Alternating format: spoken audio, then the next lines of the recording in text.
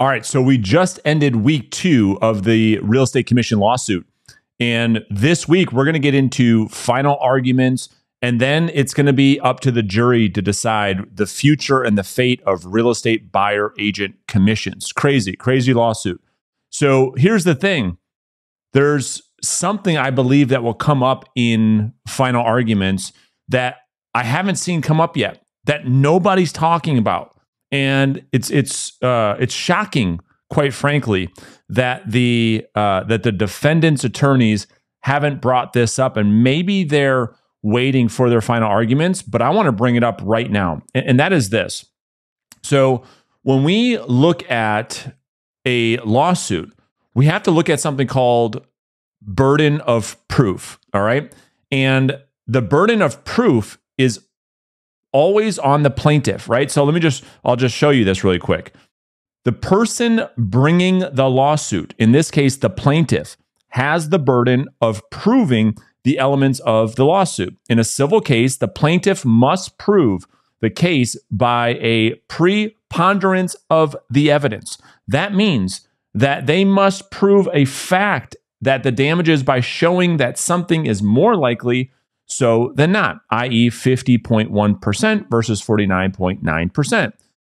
If the judge or the jury believes that the plaintiff and the defendant equally, the plaintiff has failed to meet his burden of proof and his claim must fail. In other words, the tie goes to the defendant.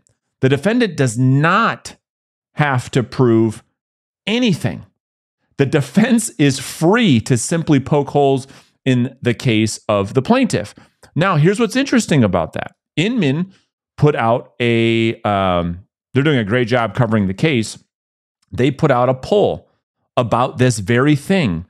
And they said, have the plaintiffs successfully established that a conspiracy to inflate commissions have exist? That's what this commission case is all about. The plaintiffs of the case, the thousands and thousands and thousands of homeowners, have the burden on them to prove that the real estate industry has conspired to increase commission rates. And the thing is, you could see on the chart right now, 70% do not believe they have. I don't believe they have either. And here's why. This is what I think no one has talked about. The reality of the matter is this, that the thousands and thousands and thousands of homeowners that are part of this class action lawsuit have all had choice. And that's what this entire case is about, is consumer choice. And the reality is all these homeowners that are part of the class action lawsuit signed a little agreement called the listing contract that nobody made them sign. They had choice on what they wanted to do when they decided to sell their house. Listen, they decided to hire a listing agent. The seller and the listing agent, and in most of these cases it was different agents, could negotiate, to which the seller agreed to pay that listing agent to go out there and to sell the house. Then that listing agent went out into the marketplace and, by any means necessary, procured an offer on the property that the seller decided to accept. Nobody requires a seller to accept an offer. The seller gets to choose and accept the offer. And in this case, it appears that most of those offers had a buyer agent associated, or a buyer's agent was the one who brought the offer, to which the seller agreed. Then furthermore, that seller showed up at a closing table one day, and there was the buyer, there was their agent, they had their representation and their listing agent, and yet again, they got to decide, and they chose to sign the closing paperwork, which clearly articulated real estate commissions and which company got what. It was right on the closing statement. Listing agent broker gets X amount, buyer broker got X amount. right on the closing paperwork. And the seller decided that they found that to be reasonable, signed the paperwork. They accepted the funds from the sale of their home. They took those funds, whether that be a check or a wire, and they deposited that money into their bank account. So what is my point? My point is this entire time, the consumer had choice. Nobody made the consumer do anything. The consumer could have sold for sale by owner. The consumer could have done many, many things. Nobody makes them to do anything. And the fact that either at least I haven't seen this come up in any of the arguments with these attorneys yet, is mind-boggling. I mean, if I'm the attorney for the defendants, right? And because the plaintiffs have the burden of proof to prove that we all conspired to make it more expensive to sell a house. Well, and this comes down to consumer choice, because listen, if the jury rules in favor of the plaintiffs and we get into a world where either listing agents no longer are required to offer a buyer agent commission, I don't think that changes anything. The seller still can decide to make their own decision. Mr. Seller, would you like to offer a buyer agent commission? You can if you want. You don't have to if you don't want. They'll still have choice. Or if they decide it's prohibited, right? Like they just did in New York, where listing brokers are no longer prohibited to offer buyer agent commission because that's looked at as a kickback, and that now becomes illegal. Fine. Then the sellers can still make a choice and offer to compensate buyer agents directly. And so I think all of this doesn't change the fact that the consumer still has choice. And in this case, I just don't, listen, I'm not an attorney. I don't know for sure. I'm not part of the case. I don't have all the nuance and the context of the case. I've just been following it every day. And I haven't seen evidence that the plaintiff's attorneys have brought forth that prove that these real estate companies in the real estate industry have conspired to inflate real estate commissions, number one. Number two, the consumer has choice, has always had choice, and they make the choice that they believe is in their best interest. This isn't an argument around, and I think that's what's getting lost here. This isn't an argument around, are buyer's agents valuable or are they not? Are real estate commissions too much or are they not? That's not what we're arguing. What we're arguing is, did the real estate industry, was it a conspiracy that all these companies got together and inflated the cost that home sellers and home buyers have to pay when buying and selling a home? I don't believe that the plaintiffs have done that. Now, again, this week, the jury will decide on that, right? Who am I to say either way? I just don't see it because they carry the burden. The defendants, in this case, Keller Williams, NAR, they don't have to prove a thing. They don't have to prove a thing. The burden of proof lies with the plaintiff. And I think that as I've been thinking about this and letting this set in for the last couple of weeks, nothing changes from where we are today, regardless of the outcome, because real estate agents are still going to be a super valuable part of the real estate transaction, helping buyers and sellers navigate one of the most difficult transactions of their life. And like any other professional, we offer our expertise in exchange for a fee. This is what a service is. And the consumer gets to decide the same way the consumer gets to decide to represent himself or herself in court.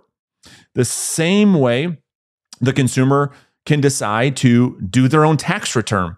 They don't have to hire a CPA. They don't have to hire an accountant. They don't have to hire an attorney to represent them in court. They don't have to hire a real estate agent to represent them in the sale of a home. but many consumers do because there's a true exchange of value. It's been happening for years and years and years and years. And again, just as I'm thinking about this, regardless of the outcome of this case, a real estate agent's still going to meet with a consumer and they're going to present that consumer with all of their options. And the consumer will get to decide what they believe is in their best interest. And I think that many consumers, if they say, hey, well, here's an option. We can offer, you can offer, I can't offer. Here's what I charge to represent you if this is the way this case goes, and this is what I charge. You can go out there, also offer compensation to other agents who may have a buyer for your home. Well, it'd be hard to argue the downside of that. Because here's the last thing I'll leave you guys with.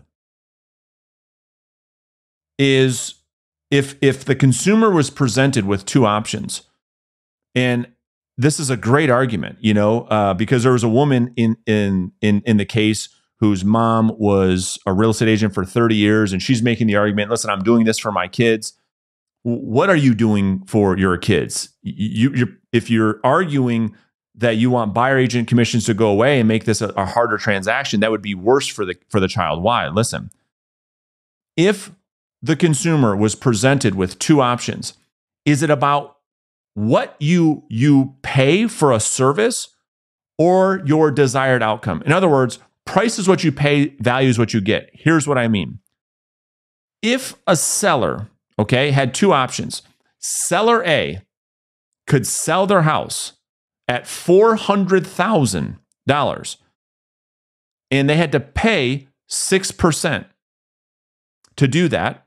And option B, they sold their house for $350,000 and only charged 3%.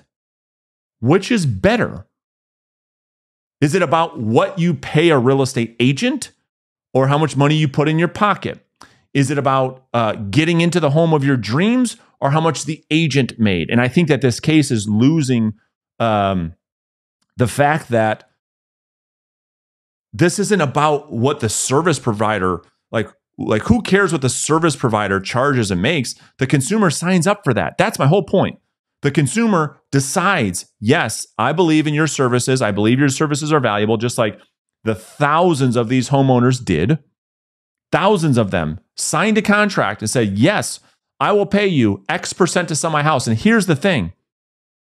What if none of those transactions had a buyer's agent commission?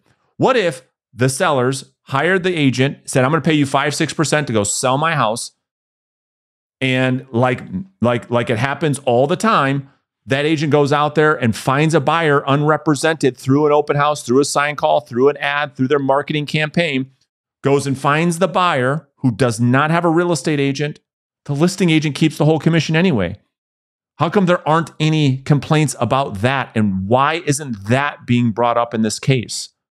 That's the other piece that I think that is missing. If it's so heavily weighted on the buyer's agent, we gave an analogy on a podcast we did the other week. It's like hiring a landscaper. You're paying the landscaper $5,000 to do the work. And that landscaper goes and hires some hourly employees to help them, lift boulders and do some things because you meet multiple different people. And the homeowner's saying, wait a minute. You can't use that $5,000 to hire other people. Why? What does it matter how I got the job done? You agreed to pay X amount. Why does it now matter just because there's this other agent involved? You see, that's the other big piece that I think is missing. Because there isn't, at least to my knowledge, there isn't a lawsuit right now where sellers are fighting for commissions that don't have anything to do with buyer agent commissions that I know of. I could be wrong. I just don't know of any right now. Because the seller during that time says, I'm hiring you, Mr. Agent, to sell my house for X%. I agree to the numbers. The listing agent presents the numbers to the seller. Sellers, yeah, that all kind of makes sense. And then that real estate agent goes to work, procures an offer, to which the seller gets to agree to accept or deny. Yep, I like that offer. Let's accept that offer. Great.